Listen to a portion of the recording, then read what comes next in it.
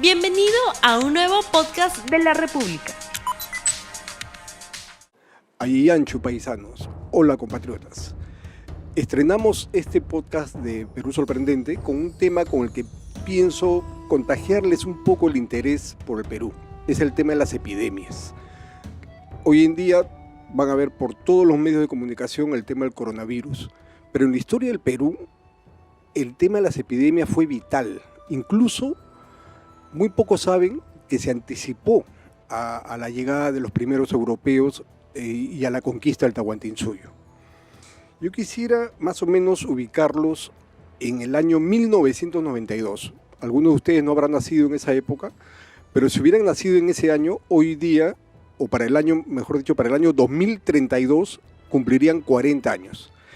Esos 40 años es más o menos la etapa en que tardaron los españoles que llegaron con Cristóbal Colón en llegar a las costas del actual territorio peruano y conquistar el Tahuantinsuyo en Cajamarca. Y si les cuento si resalto esa periodicidad, esos 40 años, es un poco para entender que la conquista y el conocimiento, el descubrimiento de América no fue una cosa tan rápida. Lo que sí fue rápido fue la propagación de las epidemias. Los primeros bichos que llegaron a las costas de América fueron la viruela, la gripe y el sarampión. Apenas desembarcaron los hombres que acompañaron a Cristóbal Colón en Santo Domingo y de ahí pasaron a Cuba, los virus se propagaron más rápido que ellos y empezaron a matar a miles de aborígenes que vieron en la presencia de estos extranjeros una especie de maldición, porque lo curioso era que se morían ellos, pero habían grandes epidemias donde se morían por cientos, y sin embargo ninguno de los españoles era contagiado. Entonces, por un lado los españoles decían que eran protegidos por Dios, y por el otro lado los aborígenes veían en algo supremo, mitológico, ¿no?, el hecho de que solo murieran ellos. Pero el tema con las epidemias es que los europeos que llegaron acá ya estaban curados, ya tenían un antídoto natural contra ese tipo de epidemias, lo que no tenían los nativos. Y les cuento algo que pasó en mi colegio, cuando yo estaba más o menos en quinto de primaria en el Salesiano. Un día llegaron los misioneros salesianos que estaban en la zona de la selva, en las selvas de Cusco, y eran unos tipazos, ¿no? Nos dieron unas explicaciones, muestras de fotografías en esa época de los paisajes que ellos visitaban, las tribus que conocían, y era una cosa que para los niños de 10, 11 años era muy atractivo. Pero recuerdo que en la conversa con estos misioneros una vez le preguntamos por qué los aborígenes eran tan malos, entre comillas, que al comienzo mataban a los misioneros. Y los propios misioneros de ese entonces nos contaron que no era que sean malos, sino que eran inteligentes, porque los primeros misioneros que llegaban a una tribu no contactada en la Amazonía se acercaban a ellos con su buena onda, con su tema religioso, etc., pero bastaba que estornudaran para que se muriera toda la tribu, porque esa tribu no tenía defensas para esa simple gripe que portaba el misionero. Entonces al siguiente barbudo, con sotanas marrones o con un jean que veían acercarse, o se internaban a la selva corriendo o lo mataban a flechazos. Entonces eran verdaderamente inteligentes, porque se dieron cuenta de que había algo en ellos que mataba en masa a toda la población. Bueno, algo similar sucedió desde el año 1492, cuando llega Colón. Las grandes epidemias de viruela, de sarampión y de gripe se fueron esparciendo por todas las Antillas, por Centroamérica, llegaron a México con Hernán Cortés, y así como habían combates, conquistas, alianzas con pueblos que eran enemigos entre ellos, etc., lo que avanzaba sin detenerse eran los virus, y en esa época no habían vacunas. Entonces, de pronto ya estamos en Panamá. Panamá se convierte en un centro específico de los barcos, o sea, la gente llegaba a la zona de la costa atlántica, los españoles, y hubo un señor Balboa que fue el que atraviesa el istmo de Panamá se enfrenta a algunos grupos étnicos que había en la frontera y descubre, entre comillas, el Océano Pacífico. Si ustedes revisan en Google o lo han visto en el colegio, si ven el cuadro del momento en que Balboa descubre el Océano Pacífico, van a ver que detrás de él hay otro barbudito. Ese barbudito era Francisco Pizarro, ¿no? Era su segundo, y un chico que había llegado joven a América, procedente de Trujillo, Extremadura, y que ya se conocía todas, participaba en todas las... en todos los operativos de conquista, en todas las expediciones, y es en Panamá donde empieza a escuchar sobre ese gran imperio que había en el sur, que era el Tahuantinsuyo, que ahora lo conocemos como el Tahuantinsuyo. Bueno, pues Pizarro llega a las costas de Tumbes en 1532, o sea, 40 años después del descubrimiento de América. Ya tenía 60 años. Lo curioso es que antes de Cajamarca, en el camino, se entera, o ya habían signos de que había llegado, que las epidemias habían llegado antes. Y ahora sabemos por algunas crónicas que la viruela llegó por lo menos 10 años antes a las costas de lo que es ahora Colombia, Ecuador y el norte peruano, y se fueron introduciendo por la sierra, siguiendo a los grandes viajeros que hacían esas rutas, todos aborígenes, y esos aborígenes fueron contagiando a otros, y hubo una gran epidemia. Una de las grandes víctimas de esa epidemia fue el Inca Huayna Cápac, o sea, el señor joven, uno de los últimos grandes incas. Creo que después de Pachacuti, Huayna Cápac fue el mejor. Y murió relativamente joven, porque estando en Quito, cuando recién había conquistado a las etnias de la zona, es contagiado por la viruela. Eso lo sabemos un poco por las crónicas, pero hay que tener en cuenta que de estos cronistas estamos hablando de personajes como Juan de Betanzos, Polo Dondegardo o César de León y el propio Garcilaso, aunque Garcilaso no describe muy bien el tema. Pero uno de estos cronistas, Juan de Betanzos, él termina viviendo en Cusco, se casa con una coya, con una hija o sobrina de las familias reales incas, y esta coya tenía en su familia a varios quipucamayoc, que eran los grandes lectores de quipus, y en base a las lecturas que sacaban de esos quipus es que Juan de Betanzos describe que en esos quipus ya se hablaba de un mal que había llegado al territorio del Tahuantinsuyo y había matado al gran Inca. Ahora sabemos que en su lecho de muerte, Huayna Cápac nombra a Ninan Cuyochi, que era su heredero, su hijo favorito, pero a los pocos días Ninan Cuyochi también es atacado por el mal y muere casi 1 o 2 semanas después también de viruela. Fue entonces cuando empezó esta pugna entre Huáscar, el heredero cusqueño, y Atahualpa, el heredero del norte, para ver quién portaba las mascaipacha para suceder a Huayna Cápac como Inca al Tahuantinsuyo. En esos momentos es cuando llega Pizarro. Pero ya el mal, la viruela, se había extendido por parte del territorio peruano y había provocado no solo la crisis económica, lo que estamos viendo ahora. Por ejemplo, miren China. China es una de las mayores potencias que se ha hecho en los últimos 30 años, y hoy en día, por el coronavirus, está afectando su economía de una manera incalculable. Es una cosa que ni los propios chinos se lo esperaban. Ahora, imagínense en esa época. En esa época no era un coronavirus, pero era el virus de la viruela, era el sarampión o era una simple gripe, la que mataba por decenas y por cientos. A esto hay que sumar, obviamente, el maltrato, la pobreza y la indigencia y la insalubridad a lo que fueron sometidos los indígenas desde la llegada de Cristóbal Colón a tierras americanas, que eso acentuó la fragilidad de los aborígenes para captar el mal, y no tenían una solución, digamos, rápida para el tema, ¿no?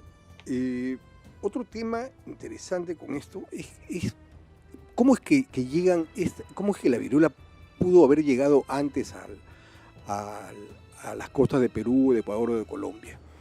Yo creo, es una cosa muy personal, pero basado en algunas lecturas que he hecho, que ahora sabemos que, por ejemplo, había una especie de Capañán marino, que es que los antiguos peruanos sabían utilizar las corrientes marinas para un portentoso intercambio comercial a través de balsas. Pero no eran unas balsas simples como lo que ahora conocemos los caballitos de Otora.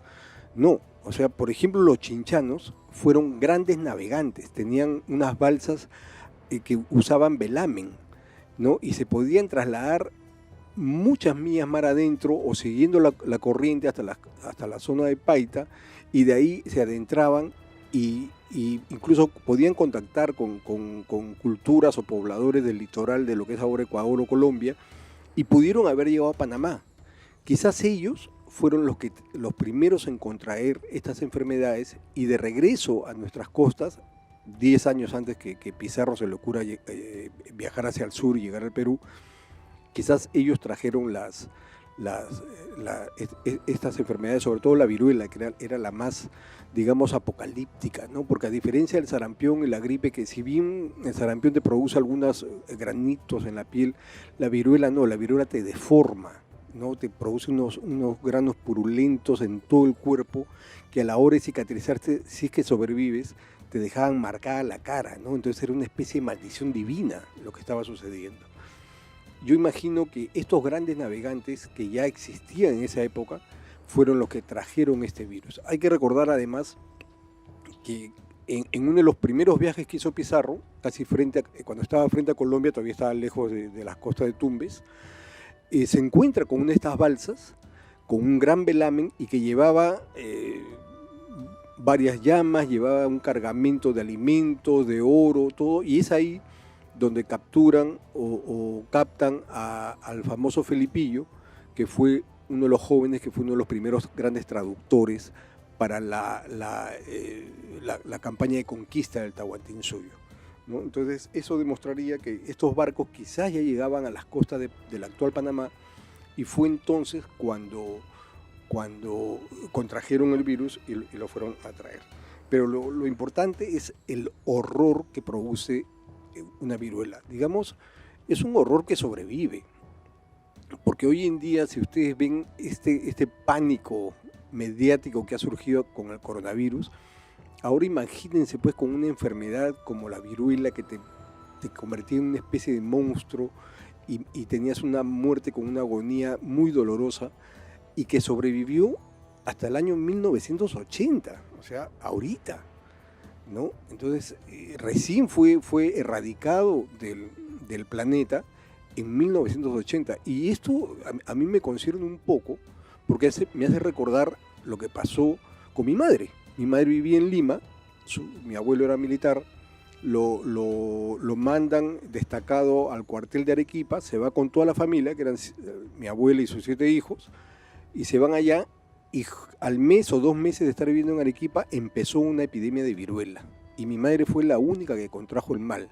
En esa época, imagínense que el ejército entraba casa por casa en Arequipa, y al primer niño o adulto que captaba con los síntomas, la fiebre, el escozor, los granitos, inmediatamente se lo llevaba así, sin permiso de los padres, y lo metían al hospital de Arequipa, donde el 90% de ellos murió, ¿no?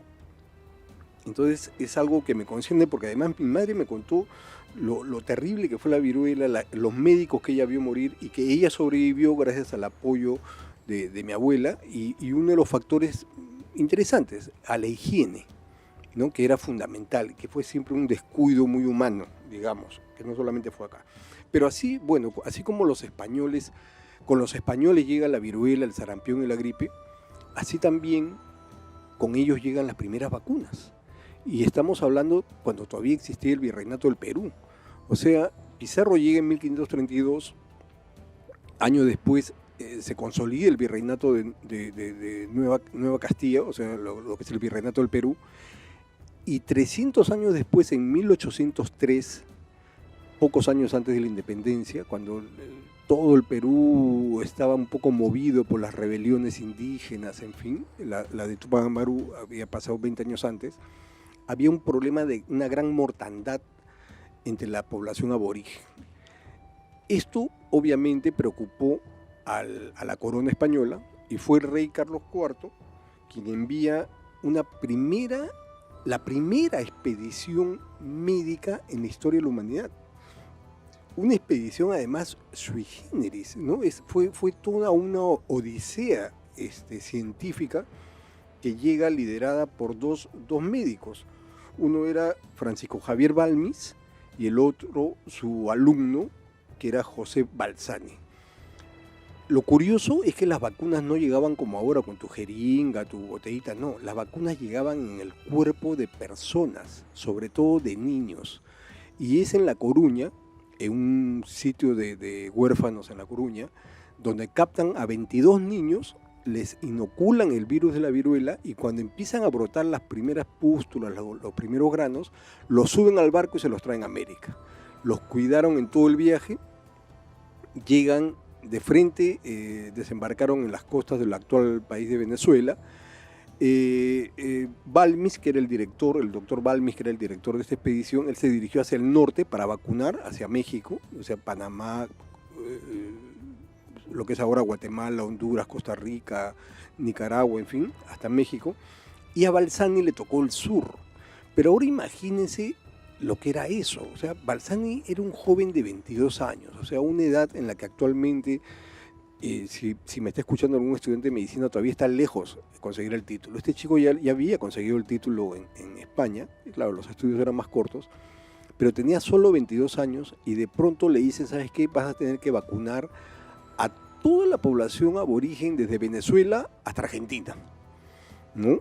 Y estamos hablando en una época en la que no había internet, no habían aviones, no habían automóviles, no había la Panamericana, no había nada de eso. Tenías que irte al lomo de bestia o en barco, puerto por puerto, te internabas hacia las sierras, de ahí bajabas a las selvas y siempre portando a estos niños, porque no fueron los mismos niños que llegaron a España, sino que a sitio que llegaba, cuando estos chicos ya se curaban, contagiaban a otros niños. Y esos otros niños servían para seguir vacunando a más personas. Este chico, José Balzani, se calcula que pudo haber vacunado 200.000 personas desde Venezuela hasta Bolivia, porque murió a los 32 años en Bolivia y dicen que era un enfermo de la chamba, le gustaba trabajar mucho y murió en plena vacunación, pese a que ya estaba afectado por una gran tuberculosis y algo que le había afectado mucho eran los oroches, ¿no? La altura, porque ya en otro capítulo de este podcast Perú Sorprendente vamos a hablar del mal de altura y todas las relaciones con lo que yo ahora llamo bien de altura.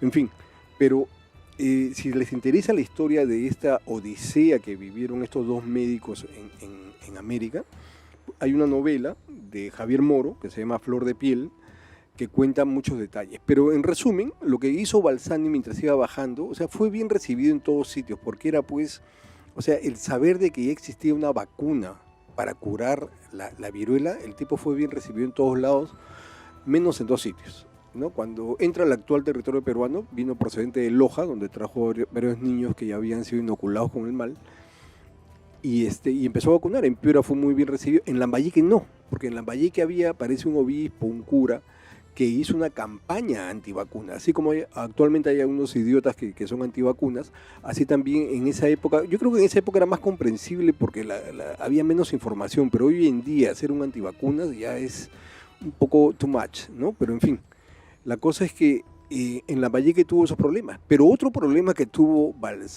Salvani en Lima cuando llegó con estos niños fue que se encontró con que ya se estaba comercializando otro tipo de vacuna. Sucede que desde Mar del Plata, procedente también de España, habían llegado unas vacunas que ya no requerían el contagio de niños, sino venían una especie de láminas de vidrio donde secaban esta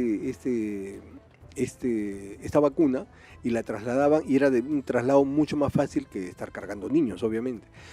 Estas láminas con las vacunas llegaron antes que Salvani a Lima. Lamentablemente, en Lima cayeron en manos de un grupo de comerciantes que vendían las vacunas, mientras que el servicio que ofrecía Salvani por orden del rey de España era gratis. Aquí en Lima ya estaban comercializando. O sea, yo creo que es el primer caso de tráfico de medicamentos que hay en la historia del Perú. Pero en fin, entonces llega Salvani y él dice, no tienen por qué pagar si es gratis.